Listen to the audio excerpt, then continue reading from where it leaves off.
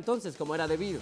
Y por supuesto, la gente salió a las calles para vitorear a todos sus jugadores. Importante señalar, no solamente se rompe esa racha de 108 años de no conseguir el título de Serie Mundial.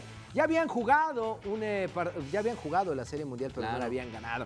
Importante puntualizar que pretendían pintar el río de color azul, así como lo hacen en St. Patrick's Day. Quedó padre. Y además, tío Epstein fue el responsable de llevar este equipo. Ya había roto la maldición del Bambino con los Red Sox.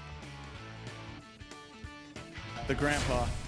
He's taught me a lot in life, on the field, off the field, how to be a better person. I'm forever grateful for him.